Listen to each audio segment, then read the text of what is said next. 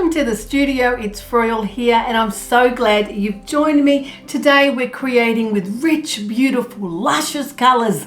And if you haven't seen any of my videos yet, I'm working my way through a new series of paintings and I'm using the inspiration of the color cube. Now, what's the color cube, you're asking? Well, it's a fabulous box of magical colors by Sarah Renee Clark, and I'm choosing a palette out of an endless possibility. Today's color palette is number 197. Look how beautiful and lush these colors are. This is going to work really well. I'm pretty sure I can mix these colors without too much trouble. The next criteria of my series is which pouring medium am I using, and today I'm using the US Floetrol with the gloss medium. All of my paints have been mixed with 70% Floetrol, 30% gloss medium, and a 1 part paint to 3 parts ish of the pouring medium. Now I say ish because I'm not brilliant at measurements, but I do love to push the boundaries of experimentation and I like to have a lot of fun.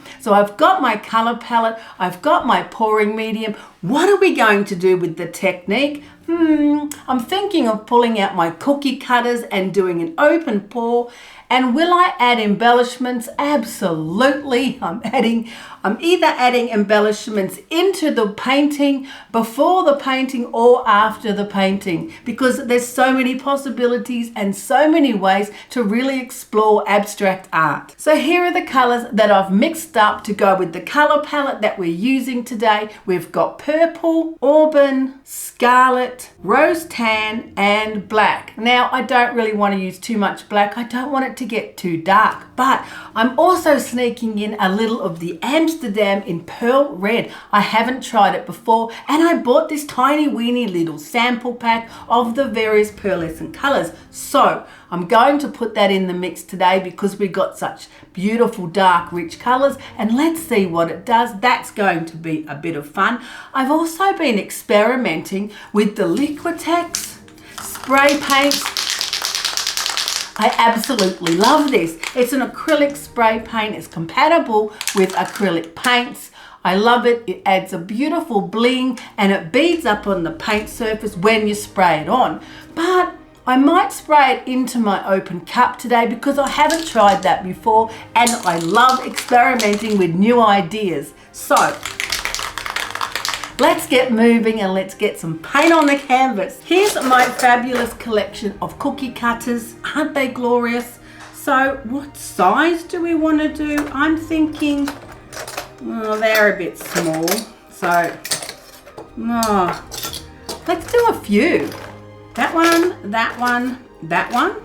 What do you think? I think that would hold a fair amount of paint, and then of course it's got a spread. Yes, I think that's big enough. Absolutely. I do have a tendency to pour the paint on the canvas quite freely. Right, so shall we add some paint to the canvas first? I'm thinking so. Let's maybe put some of the dark colors in a puddle, because then when I put the beautiful pearl color on, it should react, I'm hoping. What about we do some of the beautiful purple color? Oh, man, this is going to be so glorious. A little bit of the black, and let's put our cookie cutters onto those bases and add some of the glorious colors. Oh man, I just love experimenting. It's so much fun to me. I mean, it can only not work. It can go belly up. It might not go according to plan, but man, you got to try these things. Now, seeing as we've got that lovely dark base, let's add a bit of the pearl red. Not sure what it's going to do, but I'm hoping it's going to do something. Shall we put one of the darker colors on top of it? Because I'm thinking if we sandwich it in between the darker tones, then we should see that beautiful interference pearlescent color. What about this one? This is our fabulous rose tan. Man, that's a beautiful color. Most of my paints are mixed with Liquitex Basics, some Amsterdam as well. Little bit of scarlet. Look at the red. Oh, what's really fun about using the color palette of the color cube is I wouldn't normally create with the kinds of colors that I've been using on this series of paintings, and that's really fun. I mean, it's no fun if you just keep doing the same thing over and over. That doesn't work for me at all. So I love the way that this makes me create in a whole different way. Now, I'm busting to try this idea. Can't wait to see what it's gonna do. It's acrylic, compatible with acrylic paints. So I say we try it. Let's test that theory. What haven't I put on? Oh, I forgot the auburn. Better put some of that on. Now, I'm thinking we probably have enough paint in them. Perhaps we should just go with that. What do you think? It's so hard to know. All right, well, let's start with the littlest one, and then if there's not enough paint, we can always add to it. Oh, look at that. Ooh, that's just fun. I was going to wreck it and like mess it up, but I don't think I want to. Look at all the cells coming through there. I'm loving that. Do I want to add anything else to these other ones? Maybe a little bit more, just in case it needed some more paint, because you know we can always tip it off. More red? I don't know, man. I think I might just wait and see on how the colors are going to fill the canvas, and I'm not going to really wreck them because I just like what they're doing. How's it going to go on the black? Yes. Look at that. That is so much fun. Crazy cells forming just from the different densities of the paint. And what's the gold going to do? That's the question. I wonder if I'm going to see a lot of that beautiful pearl red or not. Just moving everything out the way because I do have a tendency to knock things over. I get a little excited. Now, if I don't have enough paint on the canvas, I'll just add some to the edges because I really wasn't sure how much my cookie cutter was going to hold. But it's looking pretty amazing, don't you think? Is there any other colors that we want to add to it? It's very red, but I like red. Where's my gold? I don't think my gold is doing as much as I really wanted it to do. Maybe I'll just spray some onto the painting. And we do need a little bit of drama. Okay, so I'm going to add drama, of course. A little bit of black through here, like that. And some around like that. I like that shape. Do I want any of the other colors? What about if we added a little of the pearl red on top of the black? Because then we would see it. And perhaps a little of the purple on the edges. So I don't have to tilt too far to get it covered. I'm liking this plan. And then one more bit. Let's spray with some paint. Yes! I even love the overspray. I love the way it beads up on the paint. Now, it is acrylic, all acrylic, an acrylic spray paint, and it's compatible with acrylic paints. But if you are susceptible to spray paint smell, make sure you wear a mask. It is very low odor, especially compared to enamel spray paints. Look at the cool pattern. Look how cool that is. I love the spray paint the best. That looks fabulous. Now, the question is, am I going to add a swipe to this, or are we just going to go with the beautiful composition of the paint that's on the canvas? That is the question. To swipe or not to swipe? Let's just get it to the edges, move some of that beautiful paint around, then we'll decide.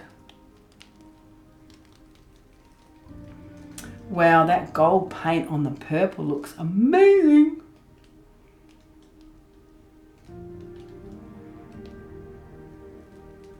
I think I just need it over here.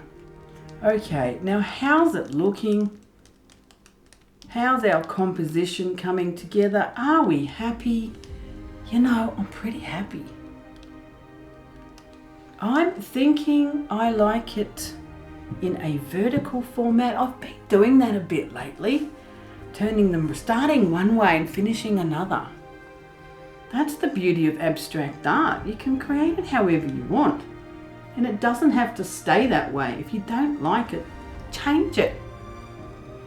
Oh, it's all about the beautiful colors and the textures. Look at that richness. I am pretty happy with how it is. I don't know if I'm going to add a swipe because it's got some really beautiful lacing just from the fabulous gold paint that I sprayed on, and I really like the overspray as well around here.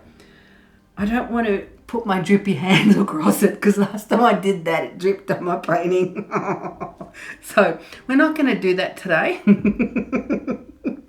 But that is looking pretty darn good. Now I don't think there's anything I want to change, which is really unlike me. I love this white strip through here is the pearl red, so it's going to be amazing to see how that dries and how that changes as it dries. It's through there, it's up there. I'm loving the gold spray paint that's come through there. There's tiny weeny bits of it streaking through there. There's a really nice patch here. It looks like an aggregate rock formation there. This is beautiful. Little bit of overspray. Love the overspray. And another patch of the beautiful red. You know, I think I just might leave it alone. I don't think it needs a swipe because it does have already enough texture, enough movement. There's enough of the little cell activation happening in different patches, but I don't think I need any more. And I'm thinking that I'm pretty happy with the gold, the amount of gold that's on it. It'll be quite amazing to see how it dries, how it changes as it dries. That always fascinates me because this patch here will be the pearl red instead of looking completely white. The purple looks glorious. I'm leaving it. I'm not even going to poke at it. I absolutely love it. I think it's stunning. That's that. What can I say? It doesn't usually actually work for me that fast or that easy. But I'm loving it today. I definitely want to leave it. I must be in the right zone today. Because some of my days are not so, but it's looking beautiful. I'm going to leave it. Pretty happy with it. I can't wait to show you when it's dry.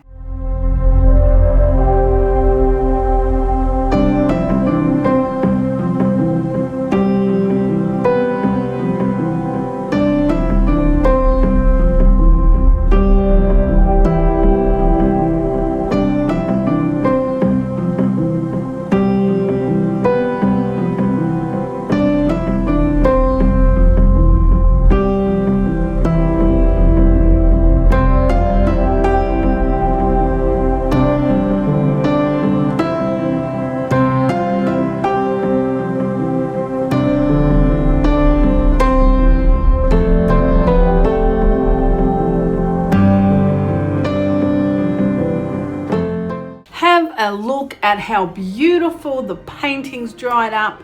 I absolutely love it.